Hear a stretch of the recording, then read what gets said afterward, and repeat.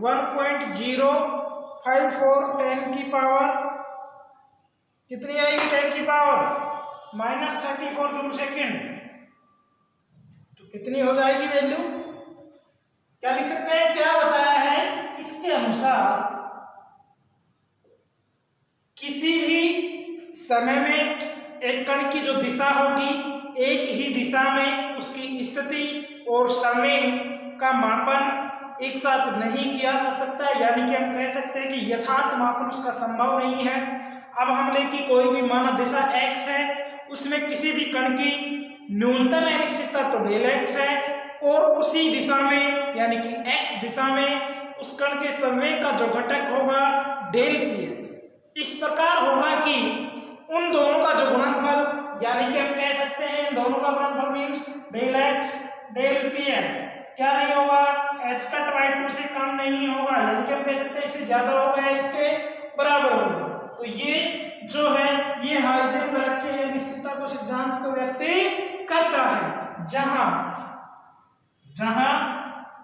h का equal to हम लिख सकते हैं h/2π।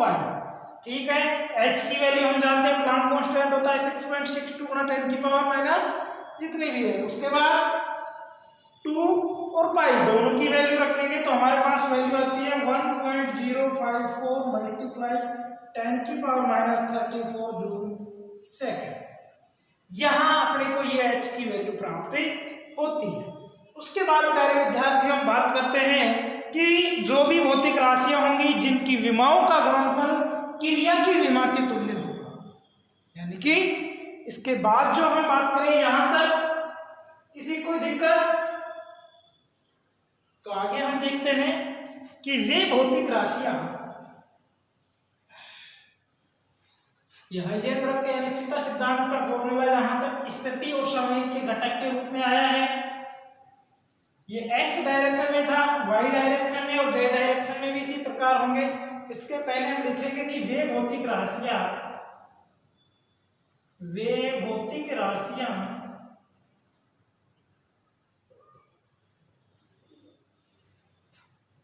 जिनकी विमाओं का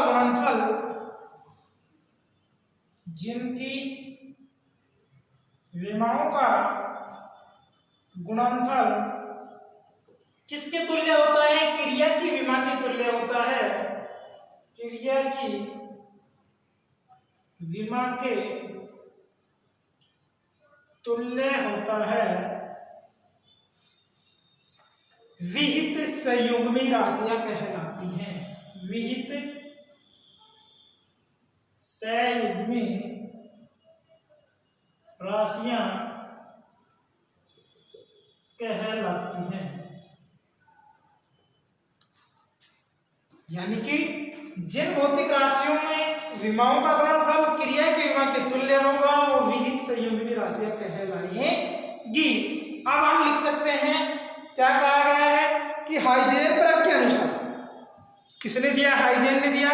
हाइजेनबर्ग के अनुसार किसी कण या पिंड के जो दो विहित संयुग्मी चर राशियों का मान होगा वो एक साथ उनका पूर्णतः यथार्थ मापन नहीं किया जा सकता है, अर्थात इन दोनों राशियों के जो मापन में अनिश्चितता का गुणनफल होगा वो h/2 के बराबर होगा या उससे अधिक होगा। तो हम लिख सकते हैं del x del px is greater than equal to h/2, del y del py is greater than h/2, del z del pz is greater than equal to h/2। ये हमारे पास वैल्यूज प्राप्त होती है। तो यहां तक आपका हाइजेनबर्ग का अनिश्चितता का सिद्धांत यदि एग्जाम में पूछा जाता है तो यहां तक आपको उसको लिखना है। ठीक है, आगे बात करें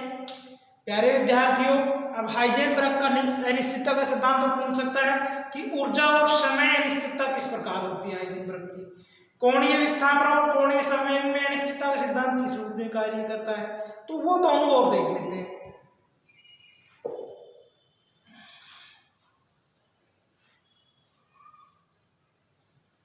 क्या बताया इसमें कि इसके अनुसार जो कण की स्थिति में यानी कि विहित जो दो जो विहित संयुग्मी राशियां होंगी उनका भी एक साथ यथार्थ मापन संभव नहीं है, अर्थात इनका भी एक साथ मान ज्ञात नहीं किया जा सकता है। उसके बाद ये लिखना है। अब आएगा ऊर्जा समय अनिश्चितता। ऊर्जा समय अनिश्चितता।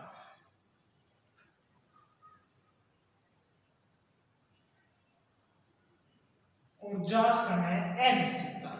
प्यारे विद्यार्थियों, अब यहाँ ऊर्जा और समय के रूप में हमारे को अनिश्चितता का सिद्धांत याद करना है, तो हम क्या लिखेंगे कि हाइजेनबर्ग के सिद्धांत के अनुसार हाइजेनबर्ग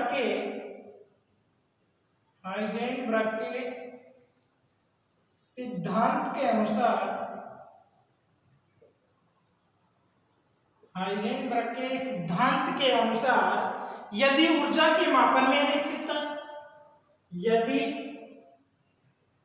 ऊर्जा के मापन में अनिश्चितता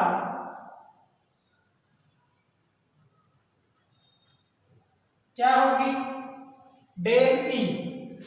ऊर्जा को ई से व्यक्त करते हैं तो अनिश्चितता क्या होगी, डेल ई, तथा समय में अनिश्चितता समय को टी से व्यक्त करते हैं तथा समय में अनिश्चितता क्या होगी, डेल टी है तो मान क्या आएगा है, तब अनिश्चितता का सिद्धांत क्या कहता है, जिसका मान इससे कम नहीं हो सकता, बराबर ही हो सकता है दोनों राशियों के, तो equal to h cut by 2 ये आपका ऊर्जा समय अनिश्चितता सिद्धांत होता है। क्या होता है कि हाइजेनबर्ग के सिद्धांत के अनुसार यदि ऊर्जा के मापन में जो अनिश्चितता होगी वो डेल ई हो तथा समय के मापन में अनिश्चितता डेल टी हो, तो हम